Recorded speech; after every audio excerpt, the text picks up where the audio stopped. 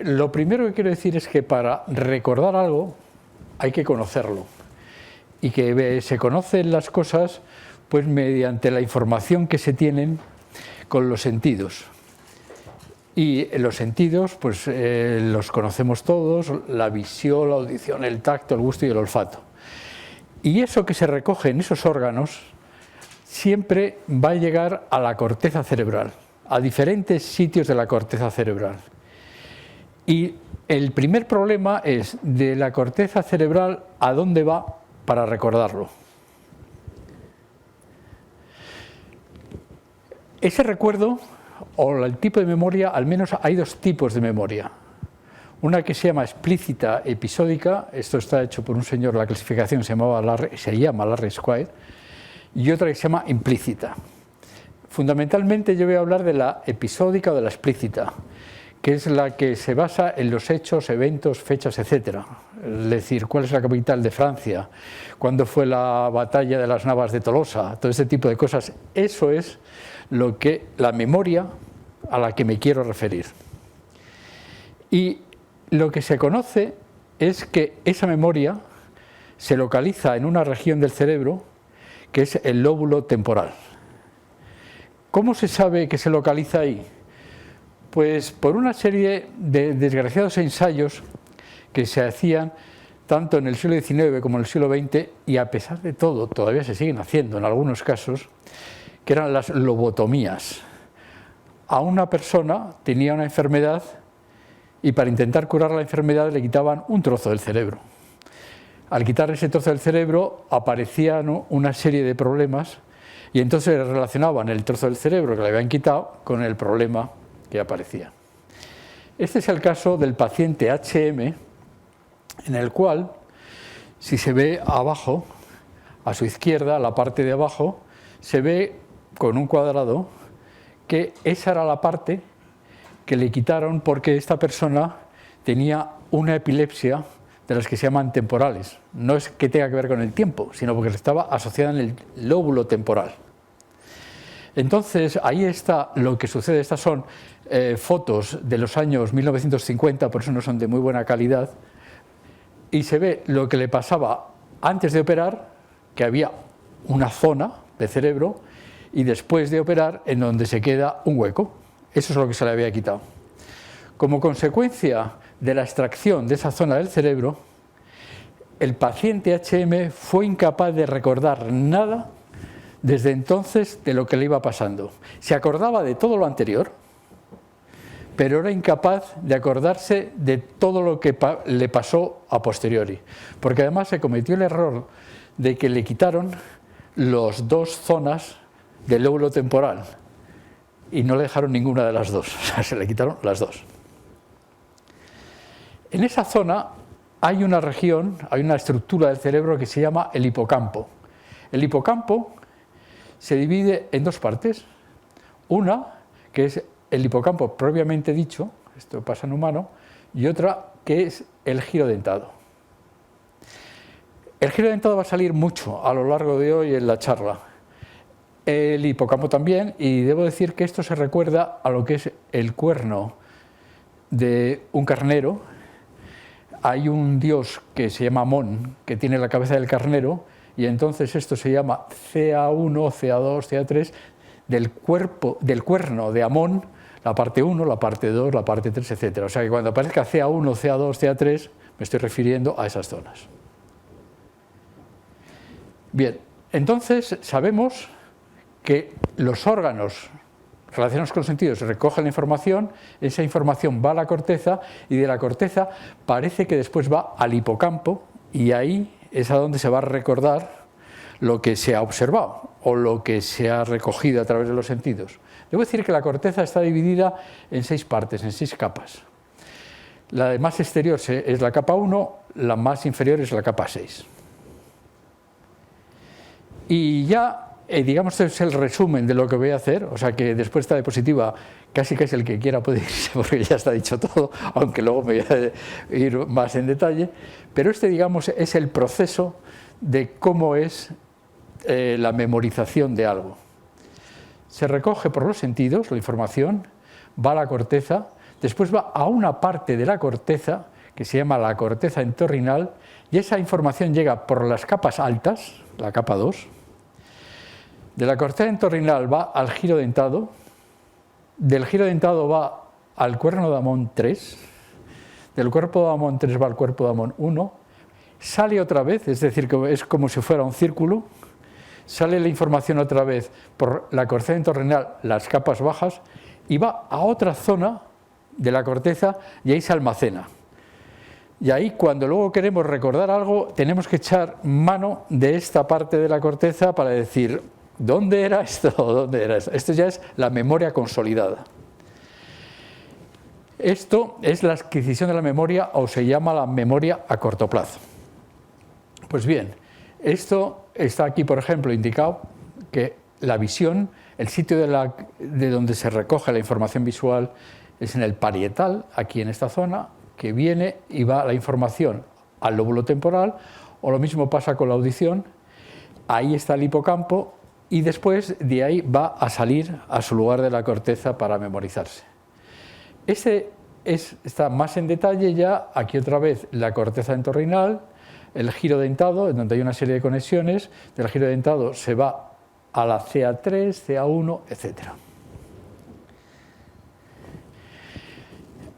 Se vio que no solamente como un todo estaba implicado en la memoria, sino que partes específicas de toda esa estructura, cuando se dañan, pues afecta también la memoria, aunque sea una pequeña parte.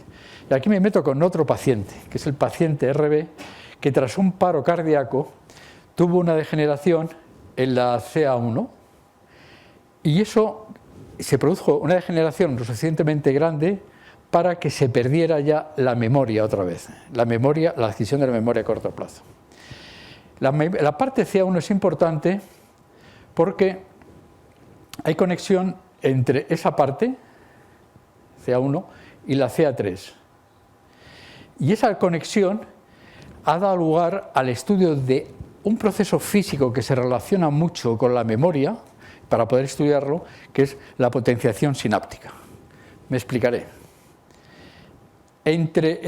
Aquí, por ejemplo, hay una neurona y aquí hay otra neurona. Y la conexión entre las dos es lo que se conoce como la sinapsis. Pues bien, si nosotros damos un impulso eléctrico a la neurona de la CA3, a esta, se produce una transmisión a la neurona que está en la CA1, y como consecuencia del impulso eléctrico suministrado aquí, se recoge una respuesta eléctrica aquí. Cuanto más grande es el impulso eléctrico aquí, más grande va a ser la respuesta en la otra. Pero si esto lo hacemos repetidas veces, la eficiencia de esa sinapsis es tal que la respuesta es mucho más grande, está potenciada. Y esa potenciación, que se basa en la repetición de la utilización de una misma sinapsis muchas veces, es decir, de la memoria, de utilizar siempre lo mismo, estar siempre utilizando la misma sinapsis, eso es lo que se conoce como LTP o potenciación sináptica. Y se conoce que eso se debe a que al producir la diferencia potencial que da lugar a la salida de neurotransmisores de una neurona para ser recibidos por otra, si eso se hace muchas veces, al final van a aparecer más, y luego podemos comentarlo a nivel bioquímico cómo se produce esto, van a aparecer más receptores en la neurona receptora y se va a hacer mucho más eficiente la señal. Bien, todo esto que he dicho que se ha hecho artificialmente, porque es un hecho artificial, que un cirujano le quite a un paciente un trozo de cerebro, hacer una lobotomía, todo esto a veces se produce de un modo, entre comillas, natural, en la naturaleza, y esto sucede a veces en la enfermedad de Alzheimer. En la enfermedad de Alzheimer pasa algo parecido a lo que pasaba en el enfermo HM. El primer paso que sucede es una degeneración justamente en la región del hipocampo. El hipocampo se degenera y es como si se lo hubieran quitado, en el caso del enfermo HM. La consecuencia de eso es que lo que le pasa es que pierde la memoria a corto plazo, ese aprendizaje. La enfermedad de Alzheimer la describió el señor Alois Alzheimer hace un poco más de 100 años, y este es el dibujo original. En aquel tiempo los neurocientíficos dibujaban muy bien. Cajal era un maestro, Alzheimer era otro maestro, y eran verdaderos artistas. Y él describió en una enferma, que en este caso las siglas es AD, no las he puesto, pero bueno, es eso, la presencia de dos estructuras aberrantes en el cerebro de esta paciente. Esta, que se llaman las placas seniles, y esta que se llaman los ovillos neofibrilares. Las placas seniles están hechas de un fragmento de una proteína, un péptido, que es el péptido amiloide, que viene de una proteína que se llama la proteína precursora del péptido amiloide. Es este trozo. Mientras que los ovillos neofibrilares están hechos de una proteína, de lo que es el armazón celular, de lo que se conoce como citoesqueleto, que es la proteína que se conoce como tau, y que generalmente está muy fosforilada cuando está en estos ovillos. Aparte de eso, hay mucha muerte neuronal. Pues bien, lo que todo el mundo, y se viene desde los tiempos de Alzheimer buscando, es intentar ver por qué es esa pérdida de memoria, e intentar decir, bueno, pues esa pérdida de memoria que se produce inicialmente en el hipocampo, ¿cuál es la causa a un nivel más bajo? Y ese nivel más bajo, lo que se comenta es, pueden ser la presencia de estas estructuras aberrantes, una de ellas, las dos o ninguna, las que están implicadas en este proceso de pérdida de memoria. Con esa base, lo que siempre se ha intentado conectar las tres cosas: amiloide, tau y pérdida de memoria.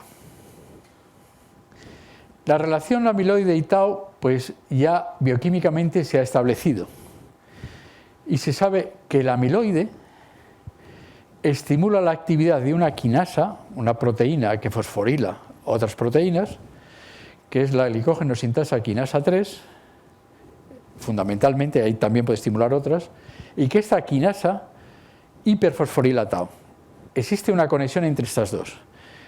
Lo que yo quiero discutir ahora, hoy, aquí es, ¿y esto tiene que ver algo con pérdida de memoria o no? Para ello, como el conector entre las placas y los ovillos, entre el amiloide y la proteína tau, era la quinasa GSK3, lo que se hizo fue aislar un ratón transgénico que expresaba la GSK3 exógena, que le metíamos nosotros, bajo un promotor. Un promotor es un trozo, digamos, de DNA que lo va a ver mejor todo el sistema de transcripción para hacer RNA en determinados tejidos. Y entonces, en este caso, el promotor que se utilizó fue uno que expresara solamente, o se expresara solamente en zonas del cerebro como es el hipocampo y la corteza, que son las que están dañadas en la enfermedad de Alzheimer.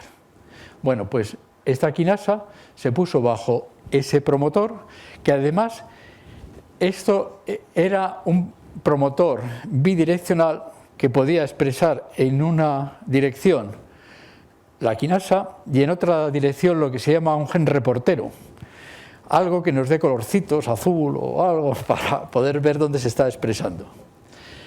Y además esta expresión era condicional, es decir, podíamos expresarla o dejarla de expresar cuando no quisiéramos, y de tal manera podíamos ver cuándo producíamos el problema y cuándo podíamos ver qué hacía cuando dejamos de expresarlo y si había reversión.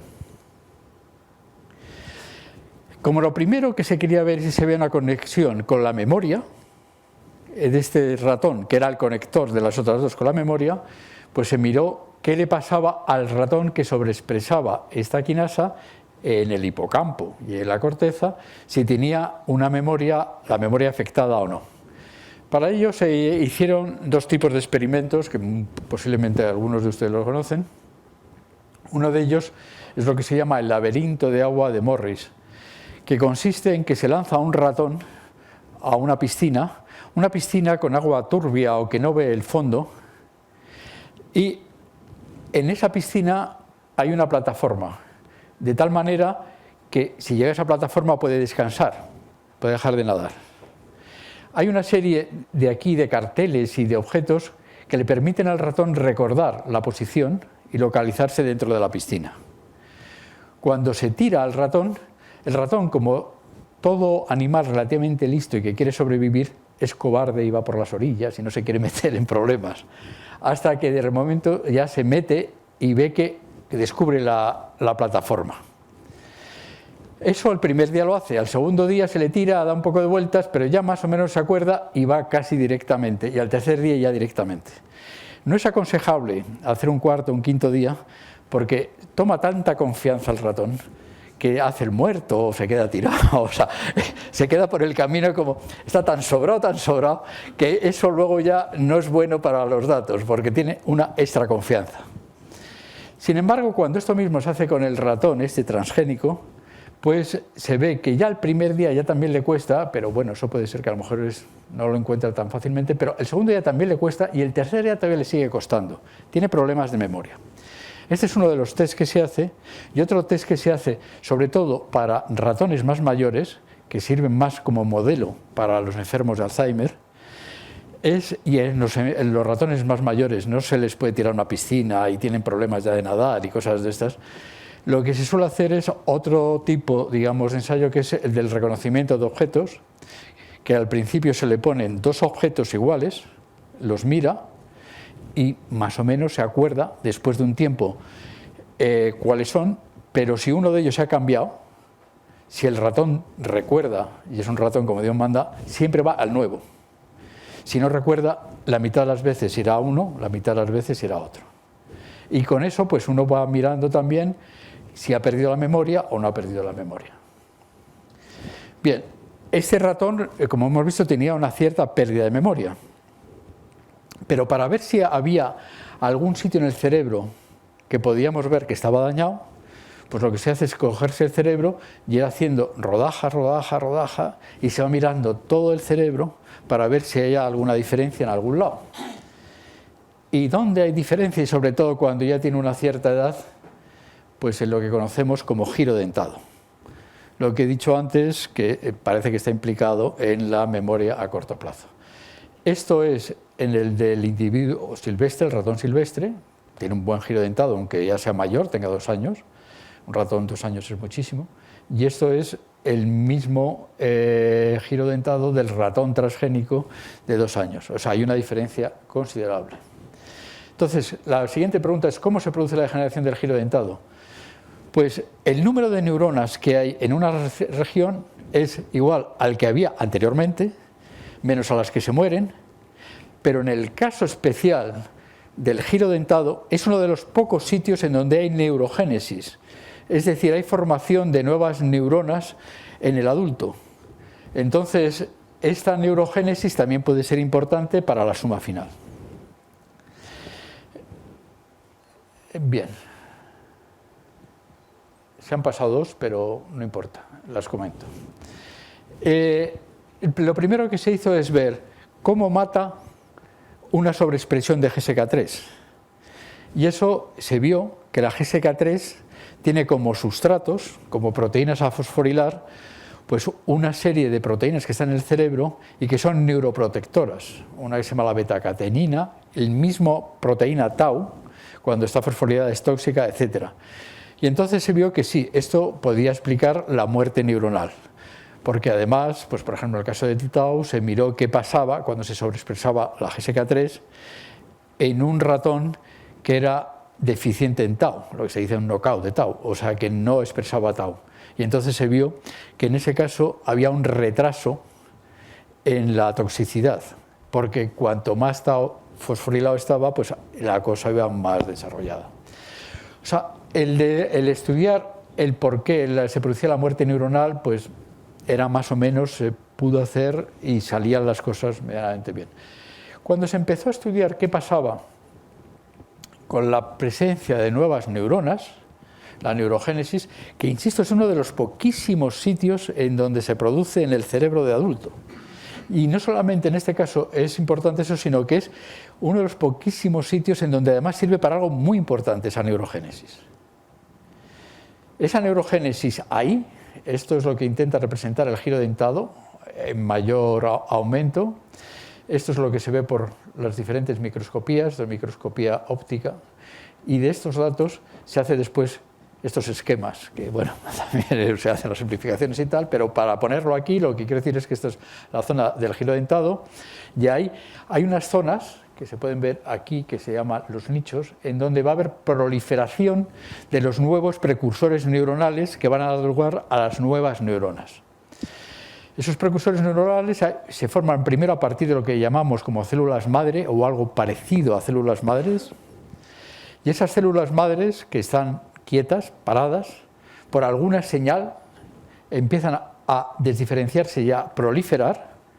Esa proliferación hace que se produzcan muchos nuevos posibles precursores, y esos posibles precursores empiezan a diferenciar y a formarse las neuronas. Y lo importante de estas neuronas es que van a conectar con otras ya existentes, y debido a esa conexión se va a producir un nuevo conocimiento y la nueva memoria. Existe un señor en California que se llama Fred Gage, que sugiere que una nueva neurona es una nueva idea, un nuevo conocimiento. Quizás esto exagera, pero es un poco, esa es la idea. Si se quiere solo conocer algo nuevo, algo que sea diferente de lo que antes se ha conocido o de lo que le va a uno a informar, se requiere que se produzca esa neurogénesis ahí y que se produzcan las conexiones. Esto es un poco la idea. Entonces, bueno, lo primero, pues para ver exactamente cómo se producía el proceso en el ratón, lo primero que se hizo es, estos son los diferentes tipos celulares que están en el nicho, el precursor, las células proliferantes, el principio de diferenciación, y luego ya según va diferenciándose más. Y lo que se vio es cuándo se empezaba a expresar esa GSK3 bajo ese promotor que teníamos.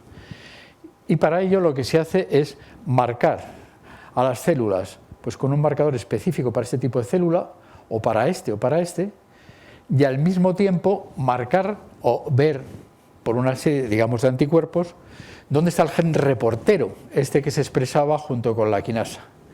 Cuando hay coincidencia, como es este caso y este caso, quiere decir que ahí ya la sobreexpresión está en esas células. Es decir, esto lo que nos indicaba es que empezaba a haber la sobreexpresión justamente cuando empezaba la diferenciación.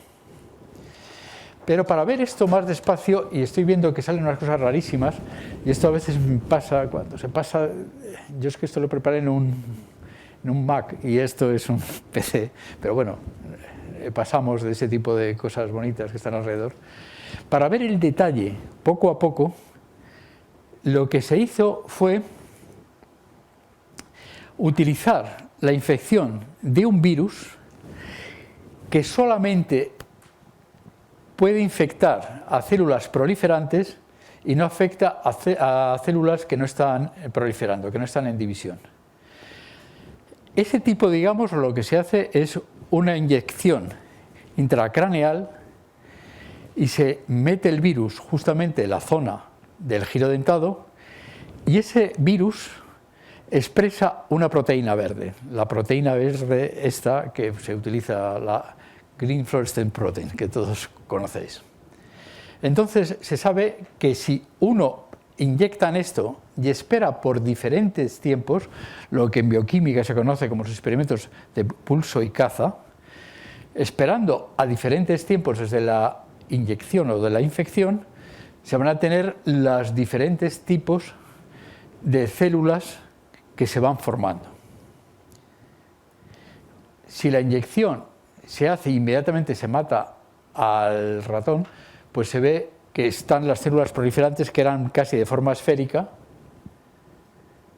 y que están todavía sin diferenciar. Pero si uno empieza ya a esperar un tiempo y a ver cómo son el tipo de células que se están formando, se ve ya que se ve las células que están diferenciadas. Esto además le permite a uno, sobre un fondo de todas las células persistentes, ver exclusivamente las nuevas, las que se están haciendo, las de nueva formación.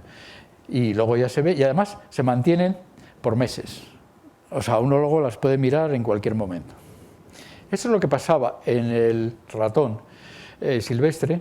Pero si uno mira lo mismo, y esto he tenido que cambiar ahora, va a salir, no sé cómo va a salir, si lo mira lo mismo en el ratón, bueno, más o menos ha salido, en el ratón transgénico pues también se ve. Claro, en el ratón transgénico tenemos otros colorcitos que son los del gen reportero, que nos están indicando que este además es el ratón que está expresando la quinasa. Aquí mirando y comparando la morfología de las neuronas recién nacidas en el ratón silvestre con las del transgénico, observamos que fundamentalmente la morfología del ratón silvestre tiene esto es lo que se llama la dendrita apical y tiene forma de Y. Mientras que si uno mira las de el ratón transgénico, tiene forma de V. Esta es muy complicada, con lo cual no hace falta que se mire, sino yo la cuento, sin más. Porque vamos. Si esto mismo se hace, pero con un virus que vaya a expresar no la proteína verde solo, sino la proteína verde junto con una proteína que solamente se expresa en la sinapsis, lo que se llama la densidad posináptica, que es esta proteína que se llama la PSD95, podemos ver lo que se llama, lo que describió Cajal como las espinas dendríticas, que es, dicho de otra manera, la sinapsis, que está, y viendo las diferentes espinas que hay en el silvestre y en el transgénico, se ve que hay un menor número de espinas en el transgénico, es decir, hay algún número menor de sinapsis. Estas sinapsis, antes hemos visto que se pueden seguir por lo que se llama la potenciación sináptica, que se da fundamentalmente entre el CA3 y CA1. Y cuando se mira esta potenciación sináptica en el ratón silvestre, se ve que es perfecta, muy deficiente, apenas existe en el ratón transgénico, pero si inhibimos la causa, que en este caso era la fosforilación debida a la GSK3, y para eso metemos, pues, por ejemplo, aquí un inhibidor de la GSK3, se recupera la potenciación. Todo esto quiere decir que esas neuronas que se están haciendo nos sirven, o sea, tienen una morfología deforme y tienen una sinapsis también aberrante. Esta falta de sinapsis, y para no contar toda la historia, lo que se ha visto es que hace que esas que no pueden interaccionar con las otras neuronas y no pueden formar las redes neuronales, que decía que eran importantes para la memoria, al final acaban muriéndose, se produce lo que se conoce como apoptosis. De acuerdo con la muerte neuronal o como consecuencia de la muerte neuronal, se produce la activación de unas células de glía, que es la microglía. Y como consecuencia de la activación de microglía se produce también la secreción de una serie de factores que pueden ser dañinos a los precursores neuronales y los pueden matar. Es decir, como consecuencia de todo esto, no solamente hay un problema en la formación de nuevas neuronas, sino también los precursores se ven afectados. Y esto es muy malo, como ahora lo veremos. Pero todo esto es lo que pasa en el ratón. Y de vez en cuando hay que ver qué pasa en los pacientes. Y para ello, lo que se hizo fue, siguiendo lo que había hecho Cajal, que eran sus tinciones de Golgi, que en cierto sentido es algo parecido, porque la tinción de Golgi solamente ve unas neuronas sobre un fondo brutal de neuronas, pues se vio que en el caso de los pacientes, en el caso de los controles, de las personas no dementes, había una gran proporción, esto siempre se cuantifica y se hacen cuadros y cosas de esas, pero lo que quiero decir en general es que había más de tipo Y, como lo que pasaba en el ratón silvestre, mientras que en el caso de los pacientes hay más del tipo de V y también hay un menor número de espinas en el caso de los pacientes que en el caso de los señores no dementes. La conclusión de todo esto es que la activación de GSK3 da lugar a una degeneración del giro dentado con muerte neuronal y menor neurogénesis, y este proceso, nuestra hipótesis es que puede tener lugar en la enfermedad de Alzheimer. ¿Esto tiene tratamiento? Pues para eso hemos utilizado los ratones condicionales, que cuando queremos expresamos mucha GSK3 y podemos tener las condiciones en que dejamos de expresarlo y otra vez se vuelve a las condiciones normales.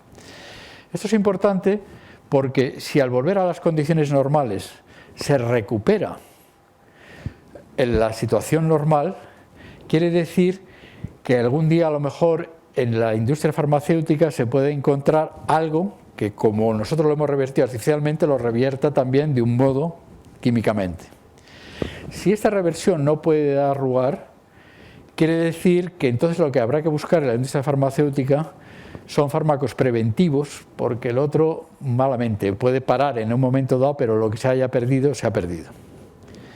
Esto se ha hecho en el ratón.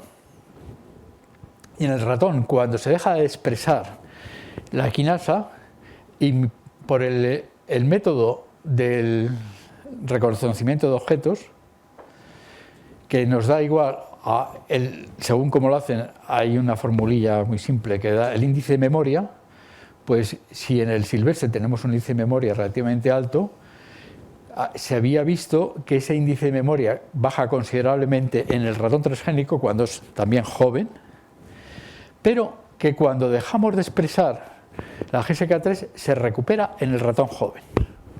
Y dijimos, hombre, esto son muy buenas noticias, porque esto quiere decir que es reversible en el ratón joven. Pero si se hace, y además no solamente eso, no solamente hay reversión por el reconocimiento de objetos, sino también hay reversión en la morfología. La cantidad que teníamos antes de células de tipo V, empezamos a ver muchas de tipo Y. Y esto pues nos pareció una noticia buenísima. Pero si uno lo hace en el ratón viejo, pues no hay recuperación. Y esto, la falta de recuperación se piensa que es debido a que en este caso, como ha habido también pérdida de precursores neuronales, porque ha habido lo que decía microglía que está matando al mismo tiempo, si no hay precursores, por mucho que queramos revertir, no podemos sacarle de ningún sitio. Y como consecuencia de eso, pues no hay reversión. Y esto pensamos que puede suceder cuando se extrapola a enfermos de Alzheimer, porque el problema grande de la enfermedad de Alzheimer es que es una enfermedad silenciosa, que cuando se diagnostica ya hay una degeneración tan brutal que no se ha dado cuenta ni el paciente ni la gente que está alrededor, que ya es como si fuera el ratón mayor, viejo. Es demasiado tarde, digamos, para hacer cualquier tipo, digamos, de intervención. Esta es pues nuestra hipótesis de trabajo de momento, en donde ya se está intentando conectar las tres cosas: el beta-amiloide, el tau, a través de la quinasa que lo fosforila, que es la GSK3, que va a dar lugar a una diferenciación aberrante de las neuronas, a la activación de microglía, porque algunas de ellas se mueren, la muerte de los precursores neuronales, etc. Y esto va a dar lugar al final a un déficit de memoria. Solamente quiero decir aquí, a nivel ya más así del que se está también cómo incrementar la neurogénesis. El problema es que eso facilita la memoria. Bueno, pues hay dos aspectos. Por una parte es hacer que haya como mayor número de precursores. Y ese mayor número de precursores, hay una serie de proteínas y hay una serie de factores que parece que pueden aumentar. El número de precursores en el sentido de que todo sale de una célula madre. Y esa célula madre, como todas las otras células madre, cuando se diferencia de un modo asimétrico. La diferenciación suele ser para dar otra célula madre y una célula que se va a diferenciar. Y así se va produciendo varias veces. Con lo cual, generalmente siempre queda un depósito de células madre. Porque si por cada una que se divide crea otra, pues se va creando el depósito. Eso no es, eso que también parece ser que la gente sugiere que existen estos tejidos y que eso era el dogma, eso no parece que sea infinito, sino que esas células madre, después de varias divisiones, pues también deja de dividirse como tal, siguiendo esa moda, y al final pues deja de existir células madre y empieza el envejecimiento. Si es en la piel, pues el envejecimiento de la piel; si es en el cerebro, pues el envejecimiento del cerebro, y así sucesivamente. Y el problema entonces es que deja de haber precursores, y al dejar de haber precursores de lo que sea, en este caso neuronas, pues deja de haber ya también funcionalidad. eso, pues, hay una serie de factores que lo que favorecen es el inicio de esa replicación de esas células madre, y se está estudiando pues un poco cómo podría aumentarse en algunos casos. Pero luego también se ha visto que simplemente por el hecho de hacer ejercicio físico se puede revertir problemas como los que he indicado antes en el ratón. En el ratón este que he indicado antes transgénico, cuando se le ha puesto a hacer un ejercicio físico considerable, toda la pérdida de conocimiento se revierte en parte. Se estaba mirando, se preguntará a alguien, bueno, es que el ejercicio físico lo que hace es inhibir a la GSK3, o tiene algún tipo de relación. Pues de momento lo que parece que tiene más que ver es con algún tipo de inhibición de la inflamación. Y cuando digo inflamación quiero decir con todo lo que tiene que ver con la activación de la microglía y con todo lo que tiene que ver con las posibles muertes neuronales. Pero esto no me quiero meter ya mucho más y quiero ya prácticamente acabar porque quería que fuera no más de 45 o 50 minutos. Y esto es la primera parte de la memoria, de la adquisición, y ahora va a la siguiente parte. Lo que le pasaba al señor HM, que recordaba lo que le había pasado antes de la operación y no después. Si el paciente HM mantenía la memoria a largo plazo, es que esta memoria, como se indica aquí, debería estar almacenada en un sitio diferente del lóbulo temporal. Porque si hubiera estado almacenada también en el lóbulo temporal, al quitarle el lóbulo temporal hubiera perdido todo. Entonces, tiene que estar en otro lado. Entonces, esto también, y apenas voy a decir nada, porque eso es lo que se está haciendo también con los ratones, y está pues, con las expresiones de diferentes cosas en diferentes zonas, en este caso ahora en la corteza, porque lo que sí se sabe es que se pasa a algún lugar de la corteza, de la zona del hipocampo, como he dicho antes, pasa a la corteza entorrinal y vuelve a la corteza.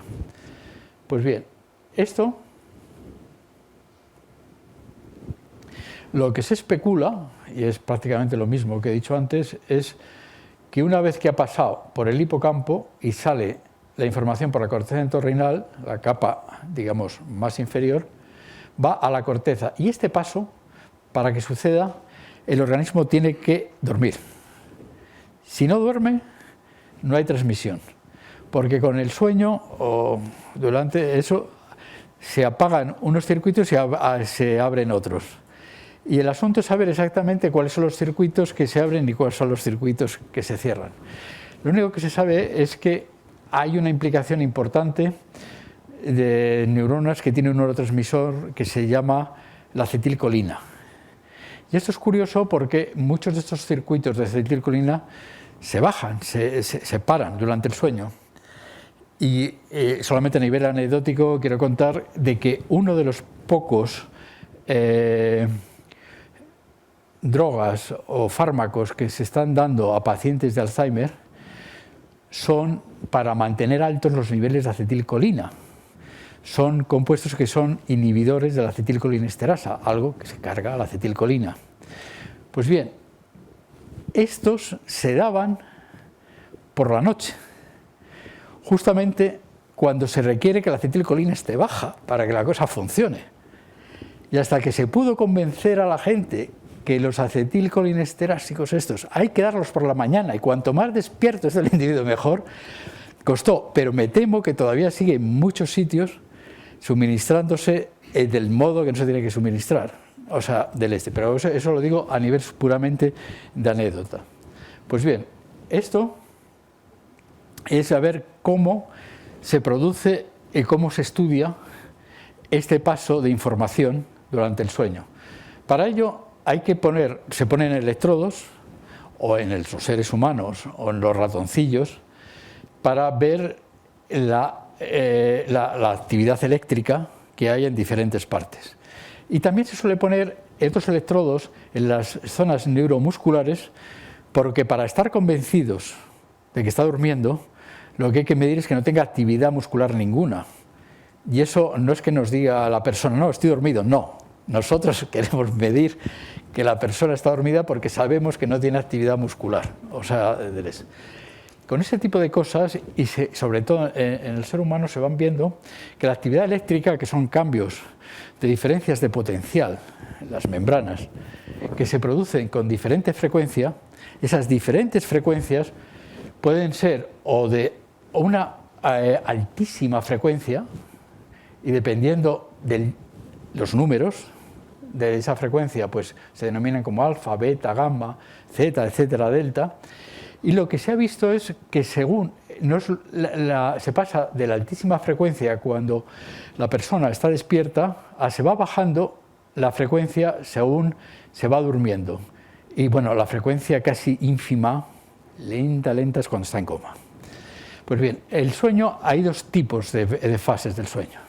En una se le mueven los ojos de un modo muy rápido, que es el rapid eye movement, o sea, se le mueve muy rápido, y ahí se parece más, por lo que se ve, por los cambios eléctricos, a lo que es que estuviera despierto. De hecho, en estas fases es cuando se tienen pesadillas, sueños y todo tipo de cosas.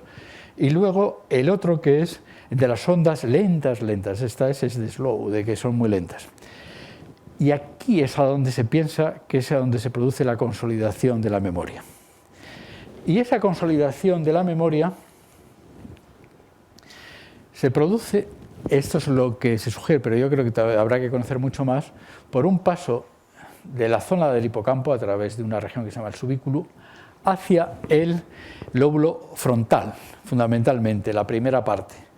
Y eso, generalmente, lo primero que suele suceder después de cuando uno se cae a dormir es las fases de la zona esta de sueño de las ondas lentas, y luego al final pues es más usual el sueño, la fase de los movimientos de los ojos. Generalmente los sueños se tienen casi antes de levantarse, o más cerca de cuando uno se va a despertar. Pues bien, aquí es a donde se sugiere que se produce la consolidación de la memoria, ahí en ese paso.